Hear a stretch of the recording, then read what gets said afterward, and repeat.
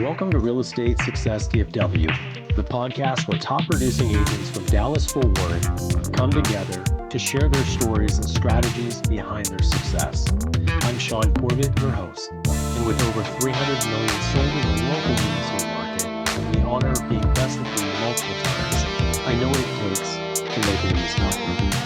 Each episode, we're going to dive into the world of real estate, learning from the very best in the industry. If you're ready to level up your game, we're in the right place. Let's get started.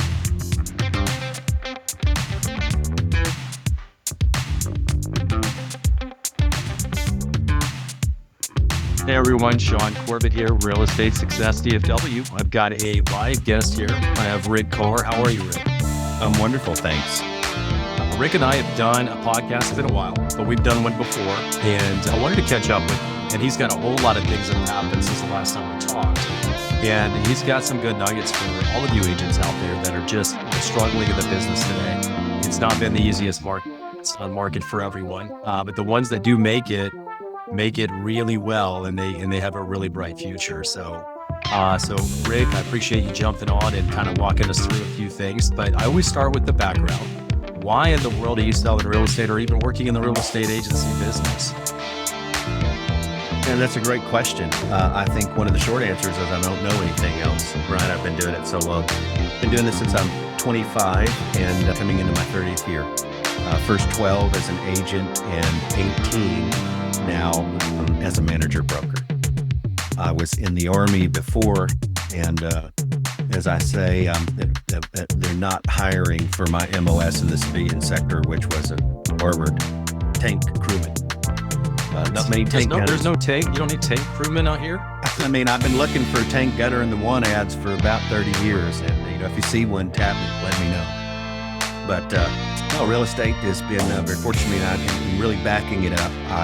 My father was one of the original founders of the Texas Manufactured Housing Association in Texas and had multiple line of retail dealerships. When he passed away, I was 22 and 6 months out of the Army. So I inherited that business. And so housing and houses, I think, are in my blood. I do remember you telling this story now that you bring it up. Yeah, so you jumped right in, you started selling trailers, and this is all new to you. And you ended up having some success doing that. And I remember you talking through that, just kind of getting thrown at it. Didn't have to sell any tanks or anything, but you could sell some mobile homes. And your dad was a pioneer in, I think, a lot of that space as well. Yeah, thank you. It was. Yeah. No, I remember when you were talking about, you had a kind of this excitement. Like I was just thrown in, I had to deal with all this, and I was able to work through it. There's so many translatable things. Certainly, you're working with the public, you're helping them get in their home. And now you've gone, and as a managing broker, you actually had done it with the cloud-based business EXP at one point. And I remember you were actually a broker at the company, and you have since moved to a new company, and you're still doing management broker duties over HomeSmart now. Yes. And how's that been? How long you been there? I'm in my 7th month here. Okay. And I sure do enjoy the heck out of it. You know, one thing that I learned as that 22-year-old kid was managing. And that maybe I could write a book, chat GPT, most of it, but truth be told, it would be a very short book if I'm just keeping it real. It was the leadership's take on the golden rule, treat others the way you would want to be treated if the shoe were on the other foot, with dignity and respect. I say sometimes employees, agents, as a manager, can be kind of like children in the respect of they'll push boundaries. Sure. And you just have to establish those boundaries. And so managing, I think, since I was 22 is one thing that I bring to the table. And I sure do enjoy that part of it. I've had some good examples in the Army and leadership, and took a primary leadership development course in the military. And then watched my father as the leader of his company. His employees loved him. And loyalty is something that's earned. And you have to earn that as a leader. But once people buy what you're selling and start to all row in the same direction with the same beat, then really cool things happen. So I'm excited about the opportunity here to do that. We've got a few offices and about 250-ish agents and associate brokers. So there's never a dull moment. I love it. How many managing brokers are there in your office? Are you doing all of it? I'm doing it all. Okay. I don't know if you probably remember the Mary Poppins movie years and years ago. Dick Van Dyke was the one-man band. He had a harmonica, a drum, and all that stuff. And he used to call those guys one-man band. And that's what I am here. I've got some support help, a little bit of staff help for some of the light lifting that's built into the structure. But I'm the only one boots on the ground here for HomeSmart. So my days are long and busy for sure. Sure. And I know the big element, I know it's always been important to you, Rick, is the training element. You really like pouring into agents. Yeah. Not everyone wants to go to that role and be a managing broker or have to be dealt with all the responsibility and all those things. But there's a good side too. It's not just about, getting yelled at or having clients upset and you got to deal with it. There's certainly taking agents that are new or, maybe they sell 1 or 2 a month and we can get them up to 3 to 4 a month. That's an exciting element to what we get the opportunity to do. And I know some of the trainings and things you really hyper focus on those things. Is there some really hot, exciting training topics that you like to do and pour into agents, either, at HomeSmart or even elsewhere? Yeah. I'm a productivity-based broker. We talked about that last time. I can be a compliance broker as well. And as part of this role, I find myself fitting that spot as well. But my passion is helping people. My passion is working with agents. And the cool thing is at all levels, not just somebody straight out of real estate school, but all the way up to the top, have an opportunity to kind of work through these people. And it's a one-on-one sale. Again, I don't just get the respect and or loyalty walking in the door with the title. It's typically earned, and it's earned one agent at a time. So, I mean, that I enjoy that. That's what gives me fuel for the fire. When somebody comes back a year, 5 years, 10 years later and thanks me for pouring into them, there's nothing more rewarding in what I do. So I sure do enjoy that. I tell them, don't forget me when I'm in the old realtor's home, bring me a box of chocolates, a knitted blanket, something for your gratitude. Well, the only challenge with that is how many realtor retirement parties have you seen be thrown? Oh, we went and we died. Yeah, we kind of work until we die. That's good. That's a good point. You get a lot of great things, right, about being a real estate agent. We get entrepreneurship. We get to do things on our own terms, a lot of great things. But, finding the point where we don't need to be there to do it is a hard point to find. Absolutely. So do you do training outside of HomeSmart, or you just pretty much dedicate all your energy there? I did some consulting, and I really enjoyed that too. And I've had the opportunity of being able to teach statewide. Right now, I do that for HomeSmart, but I've got agents in San Antonio, in Houston, West Texas, East Texas, going up to Dumas, North Texas, far North Texas, Panhandle. So most of what I do is geared towards teaching and training the agents that are here at the company. Okay. And I guess you just set up online and then they can log in and start watching videos or do live training. Yeah. Just about every training session that I do is live and online, so that I know that my agent in Rockwall may have a difficult time getting down to our Fort Worth office. So I open that up, and I think it's important. Don't have a lot of numbers that come to the live trainings. It's just where we are as an industry now. Agents think they want offices, but not a lot of them show up to the office. So, that's the push and pull. And I feel it. I've been working hard to try to build a community and getting agents to be engaged and be a part of it. And Rick, you're going to appreciate the sentiment. So one of the things I mentioned offline was I do this counterculture agent and the perspective on real estate changes. And one of them is we've obviously made a major shift from the brick and mortar style to a cloud-based style. I think most of us see that as probably going to have to be the future. Whether we like it or not, it is what it is. I like community. You like community. I want to sit down and talk with people. I like live trading. I don't prefer to do it on Zooms and things, but so I offer lots of live trading, and I might have, I might send it out to 800 people and only like 3 or 4 show up. Yes. The thing about cloud is they've got to figure out how to tap into the community element in order to be effective and grow. Absolutely. I'd be interested to see how you kind of overcome that. I mean, because you've got agents all over, but you've got to build this community, and they get great leverage on your ability to pour into them, and the cost of being a member there, I'm sure, is very effective. So how do you get this all to work together? That's a big challenge. And it is, and when I started in the business in 95, we came into the office and we worked. We had a property tour once a week, but also the sign numbers were to the brokerage. This little little brokerage, KW, That's yes. that came in and said, "Hey, listing agent, you work hard for your listing. How about just your number on the sign?" But the thing about the older model is the broker would typically furnish signs and the number on the sign was to the brokerage, and the agents would take a name writer and that was their cell phone number. Believe it or not, we just got a lot of sign calls, either not calling that number, the agent not picking up. And it is the top agents in my office as a real estate baby that helped to build my business. We had this thing called opportunity time, desk time, phone time, whatever you called it, but the phone rang.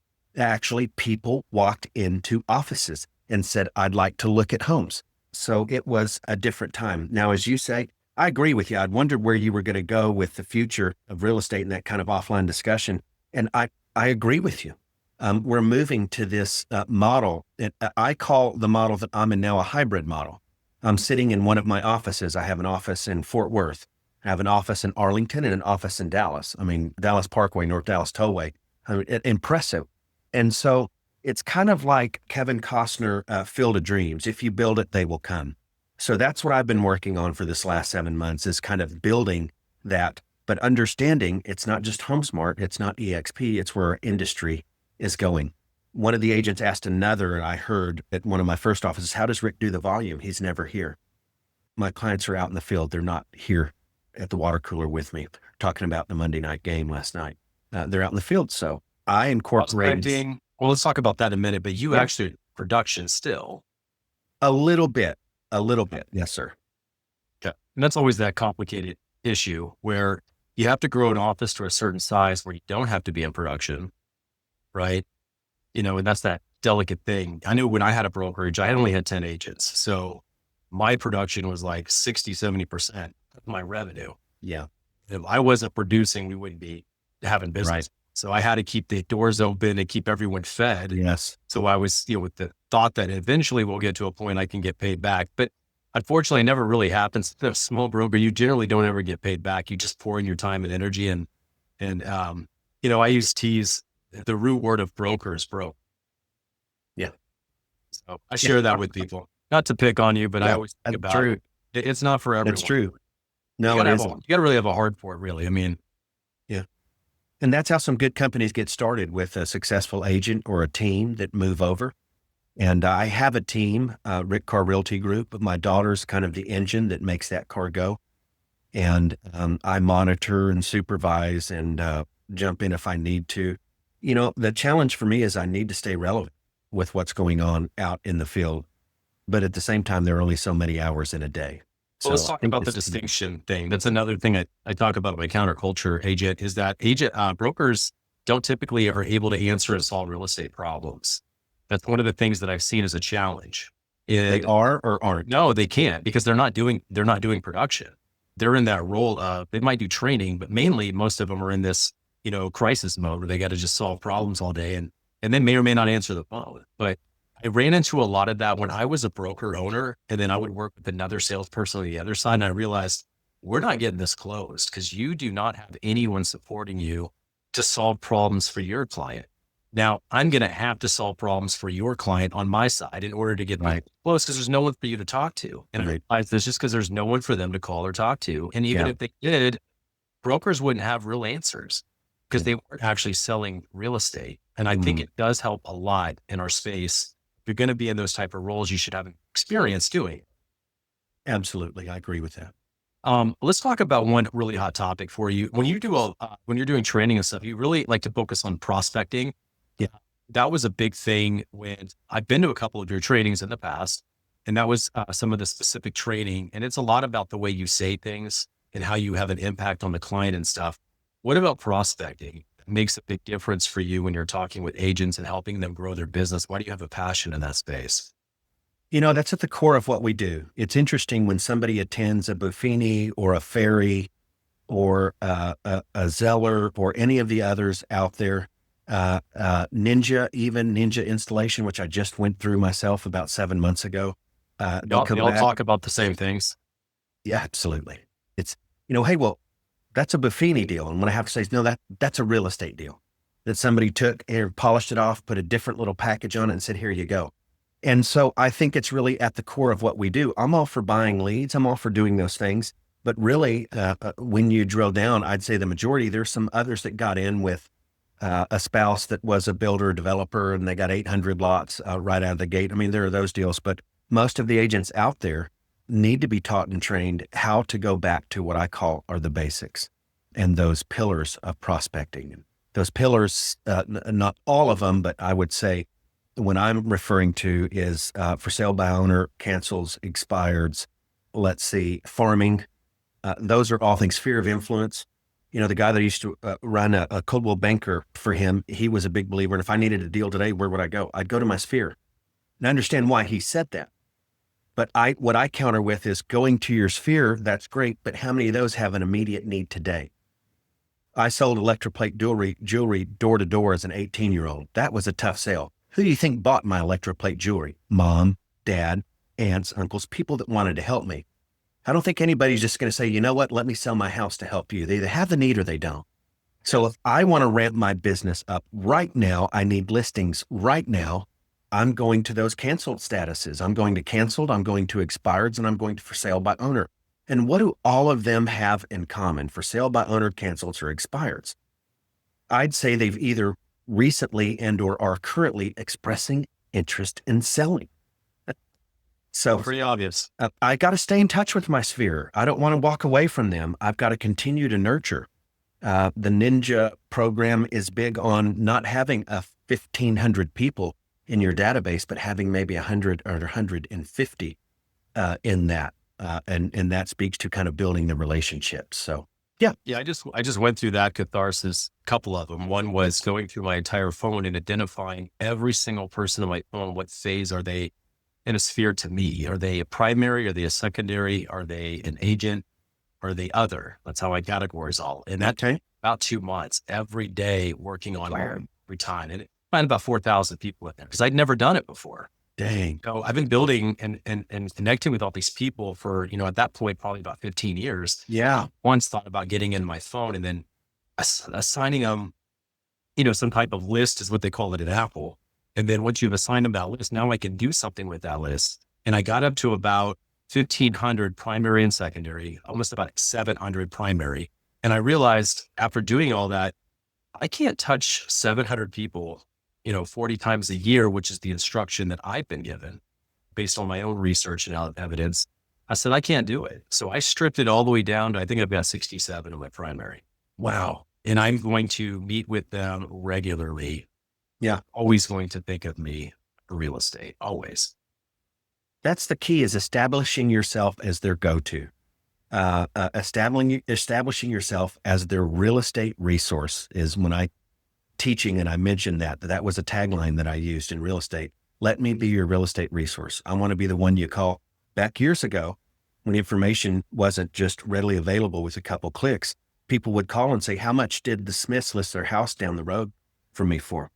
And so I knew that if I could establish myself as their go-to for the things that didn't always equal $1 in my pocket, that eventually the goal was that, again, anything real estate related, I'm your guy. And that worked very well for me. I think it took me probably a couple of years. We didn't have social media. I think they were still promoting MySpace out there. I mean, we didn't have much of anything to leverage on and look to. So yeah, establishing yourself. Or multiply your, yourself out there. Social media helps you multiply, but unfortunately you could have done it on 30 touches 15 years ago. You got to do 40 plus now, right? I mean, one of the hard things about keeping up with social media and all the different ways people get information. You were talking about, we talked about training. Oh, I'm not for sure. I'm not even talking to Rick Carr because this actually could be a AI impersonator. Oh gosh, So, absolutely it could. so Yeah. we've got some future elements coming, so Amazing. what do you think about AI and the impact on real estate? I think it's as revolutionary to our industry as the actual internet was. I think we're at that point. And I'm anything but a guru, but and AI seems to be the hot topic everywhere you go. Somebody asked me to write a course for AI, and I wrote that last year. And I said, man, I'm not really the guru. He said, I've got a couple friends. This guy was connected, Ivy League. One of them was Ivy League professor. I can't remember which school. His take was nobody's an AI guru. There are a lot of them that want to be and strive to be, but it's moving at such a rapid pace. So I lean to and I look at others that are a little bit further down the path than I am. And one of those is Phil Stringer. And one of Phil Stringer's lines is, you won't be replaced as an agent. You won't be replaced by AI, but you will be replaced by somebody that's using AI, by another agent that's using AI. And I'm seeing that play out. I'm seeing that play out in marketing plans. ChatGPT, create a marketing plan for me, a social media plan. I want to have 3 posts a month. I want it to have this tone. It's just amazing what people are doing and leveraging it to be more productive. AI is, you say there's no one that's an expert because it moves and grows so fast. I think at this point, you don't need to be, because AI can help you. Absolutely. It's like the other way around, I don't know the answer. Well, I don't know what am I supposed to do today? ChatGPT, you want to grow your business by 5%, then you need to do this, this, and this. Yeah. It'll tell you even what you're supposed to be doing.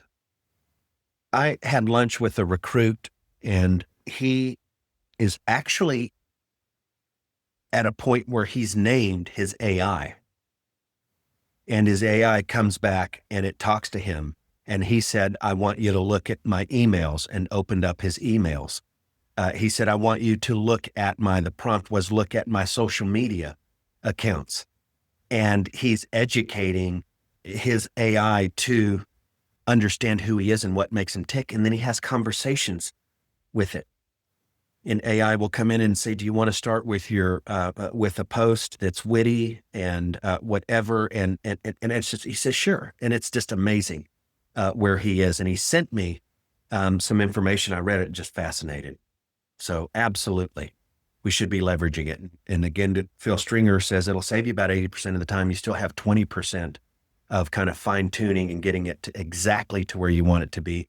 But if a task takes you 8 hours and 80% of your time is back in your day, now I've got 8 hours to go conduct income generating activities. So it's amazing, and we're moving at a lightning speed and pace.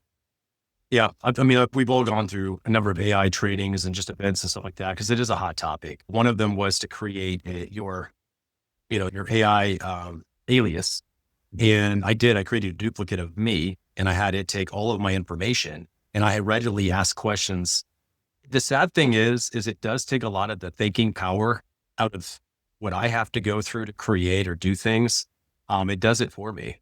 I asked it, who should I be interviewing on my podcast? And it pulled me 5 agents I had no connection with, which is what I look for. Wow. And it identified their volume and how, how proficient, how they were on social media.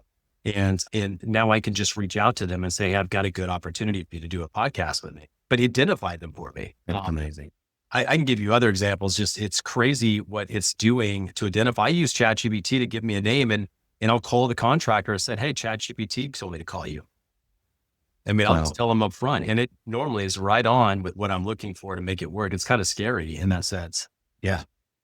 So I normally don't do a lot of broker interviews on these type of things. So let me ask you something a little different. So the market, I know agents, we keep hearing that a lot of them are dropping out, right? How do you see, the future of agency from the broker's perspective? Agents don't really get the pulse for that, but you're looking at the volume of people coming in, people going out. Do we see continued growth, or do you think there's a general decline overall in available agents that are going to be around in the next year or so? I think what we're seeing here is, I've seen it before, and in my opinion, it's a natural thinning of the herd. I think you get too many people licensed. Quite frankly, I think the commission, the association, the education providers, they all make it easy for you to get in. And who gets paid along the way? The commission gets paid licensing fees. The education providers get paid to teach you. And the association gets paid if you become a realtor or a member of the association.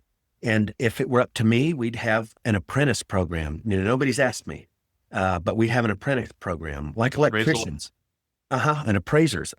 Same thing. You've got to, hey, just let's not leave it to the broker. Let's be proactive to say, hey, these are the steps you have to take. But when I see these times, I see a natural thinning of the herd.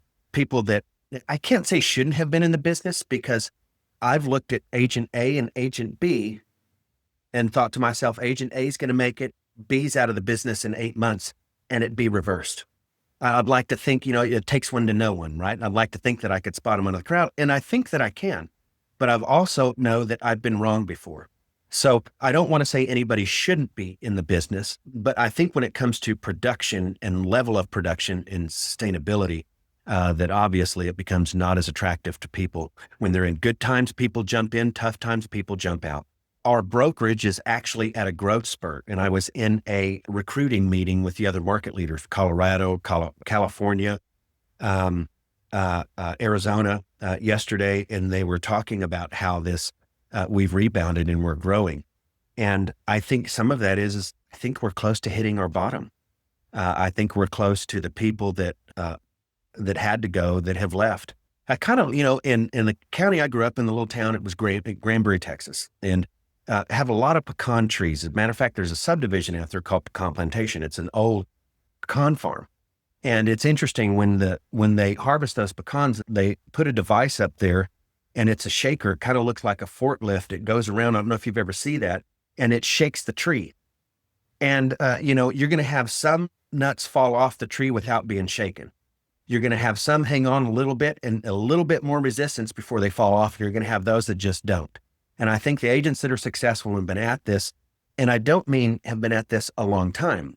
It's a lifeblood. It's a process. It's kind of a circle of life, if you will. And so these new agents come in. Us old agents, what do? We retire and we die. So there has to be somebody to come in and fill that mold. But I think that the pecan tree has been shaken.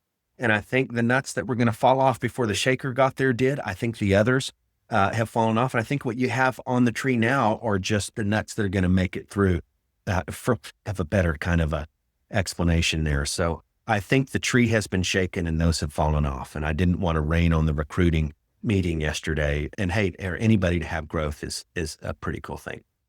It is. And I think everything's driven, I think, still by the market. In reality, right? So if it were still busy today, agents wouldn't leave. There'd be plenty of opportunities. So the transaction count is what all of our business is driven on.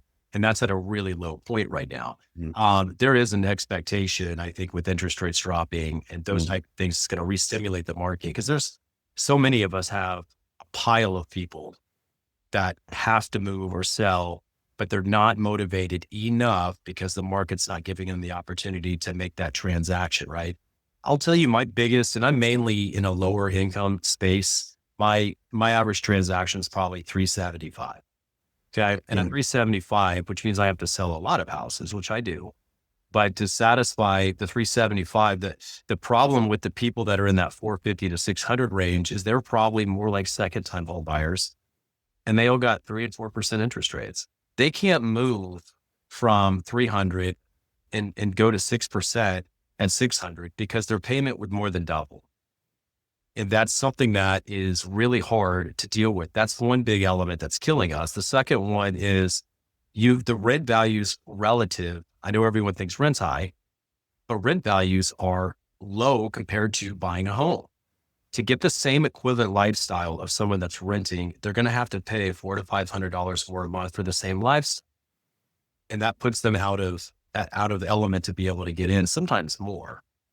But those are the two things that's really making that main market, which is probably between 400, 600, 650. That's probably our biggest market of normal behavior of movement. That's just not moving. That's just some bonds. And I know once that starts getting accelerated and moving, definitely things will change on the agent front as well. I've been telling my agents, I agree with that. I like that take. I've been telling them for a few months, prepare for rain. You should be out there tilling the field, planting, nurturing, watering, and just preparing for that storm. And I think that will happen. Public perception is just that, and real or not, it's perception. I think you're right. I agree with you. You have people sitting in their homes. Their homes have doubled or tripled in value from, say, maybe 6 years ago. And they're at these low interest rates. So it's the double whammy. That the house I sold in Keller, I bought for $192,000 at the foreclosure sale. And when I sold it for 556, 558, call it 550. And I had been in that home, let's see, 15, at 8 years, 9 years. And we tripled our position in it just about. So, and it's nice to receive that, but when you go back out to buy and you're looking at those 6 or 7% rates. So I think that I've never seen real estate stop. People are still buying and selling. And in this role, I'm also the compliance broker. So I'm looking at every contract, every listing agreement, every amendment, every buyer representation agreement executed by any of our agents. I'm averaging about 111 pages of review a day over a 30-day period. So, I mean, it's just, there's a lot going on. Yeah, that's just where you are in your cycle right now. So at some point, just go ask ChatGPT to do it for you. Yes, absolutely. But it can be wrong. Now be careful. I was talking to an attorney yesterday. I said, man, I feel like your profession is one of the first to get hit hard because it can research every court case, every example, every overturned case and have a plan put in place for you faster than almost anything else that we can do. And he said, well, you can't, because when you go to court, you sign something that says that we don't use that because it could be wrong ultimately, and like they did this one time on a court case and they tried to take it to court and the AI made up a case and they were reviewing it as case examples and said, what case is that? And they looked it up and it never existed. And then they realized, you used AI and they just made up a case to make their case work. So AI is certainly not perfect, but that just seems like one of those things that can be opportunistic, but you are ultimately responsible for whatever it comes up with. Yeah. And the broker responsibility instructor course that I took last year, same thing. They want you to know you're responsible for what goes out there. You can't blame AI, or you can, it's just not going to work for you. So agents and brokers, you're responsible for whatever's out there that you put out there. Very good, Rick. Any other things that you want to share before? Do you have any type of training, podcast, book, anything that you have that you want to share or promote? Thank you. I have the Broker Minute. It's a TikTok account and Instagram and some other. I usually put some tidbits there. I try to keep my presentation to about a minute. The Broker Minute on TikTok. Don't TikTok Rick Carr. You won't see anything fun there, and I'm sorry already. Let me apologize if you do, but the Broker Minute is the real estate side of that, and that's a pretty cool thing to see. Okay. Well, we'll have to check that out for sure. You're gonna have to check both out, right? Right. Thank you, Rick, for joining me. I appreciate you with me. Appreciate you having me. For all of you out there that are new to my podcast, please consider subscribing. I do have a new podcast every single week, just like this, and get a lot of really good information for people that are selling real estate and have the experience to share. Any other questions or anything, you can always contact me. And until next week, have a high performance week. Thank you. That wraps up another episode of Real Estate Success DFW. I hope you're leaving with new insights that push your real estate career forward. If you enjoyed the show, please be sure to subscribe, leave a review, or share it with fellow agents who's ready to succeed. And if you're interested in working together or have any questions, I'd love to hear from you. Reach out to me directly. My personal phone is 214-228-0383. Let's connect and make real estate success happen together. Until next time, keep pushing forward. I'm Sean Corbitt, and this is the Real Estate Success DFW. Have a high performance week.